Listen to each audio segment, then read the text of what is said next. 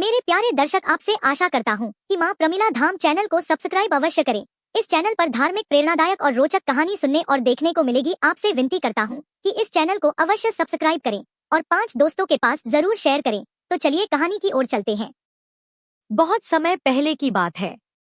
प्राचीन भारत के एक छोटे राज्य में राजा विक्रमसेन राज्य किया करते थे। वे अत्यंत बुद्धिमान, पराक्रमी और न्यायप्रिय राजा थे। उनके राज्य में लोग सुख शांति से रहते थे। परंतु जैसे जैसे समय बीतता गया, राजा धीरे धीरे अहंकारी होते चले गए।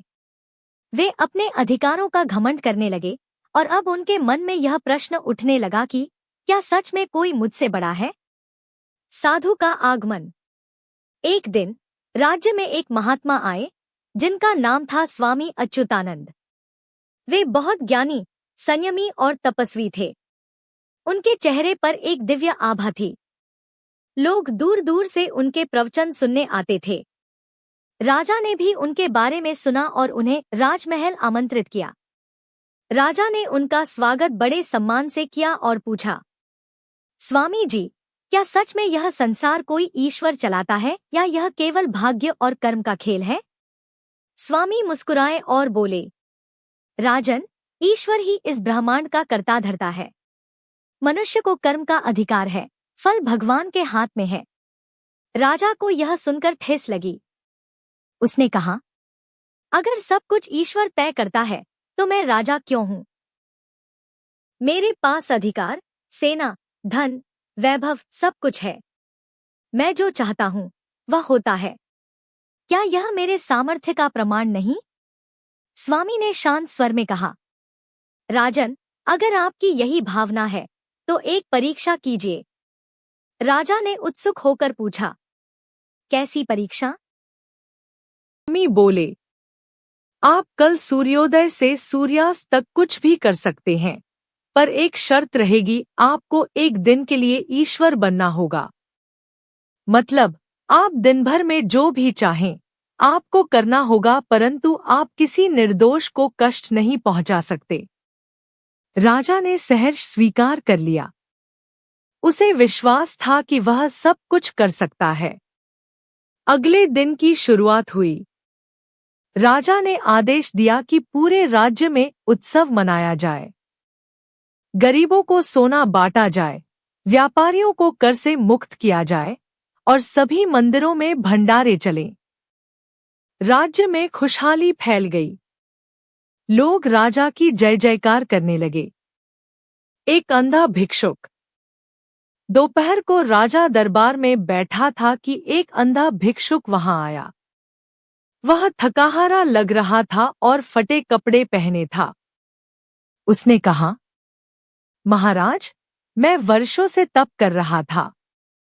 मेरे पास एक दुर्लभ रत्न था जो मुझे मेरे गुरु ने दिया था, पर वह चोरी हो गया। मुझे संदेह है कि यह महल के किसी सेवक ने चुराया है। कृपया मेरी सहायता करें। राजा ने क्रोध में आकर तुरंत सेवकों को पकड़वाया और उन्हें कोड़े लगाने का आदेश दे दिया। स्वामी अच्युतानंद, जो वहीं उपस्थित थे, बोले, राजन, आपने कहा था कि आप निर्दोष को कष्ट नहीं पहुंचाएंगे। अभी तक प्रमाण नहीं है कि सेवकों ने चोरी की है।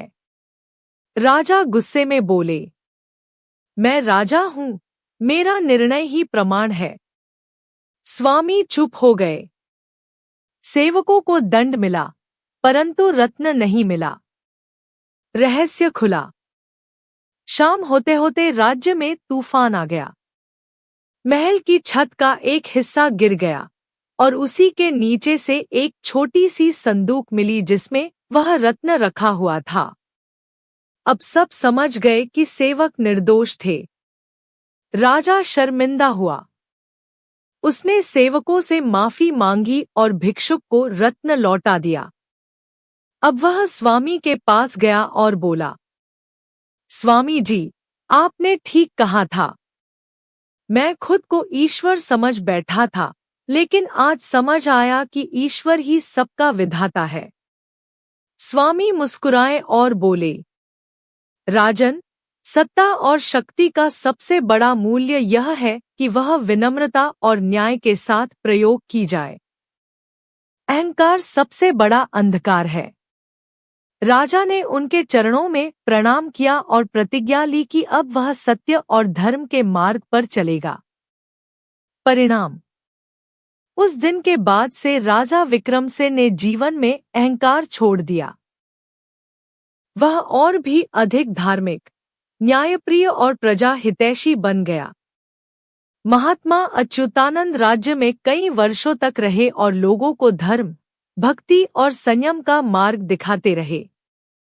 राज्य का नाम हुआ सत्यपुर, जहां ईश्वर का वास और सत्य का राज था।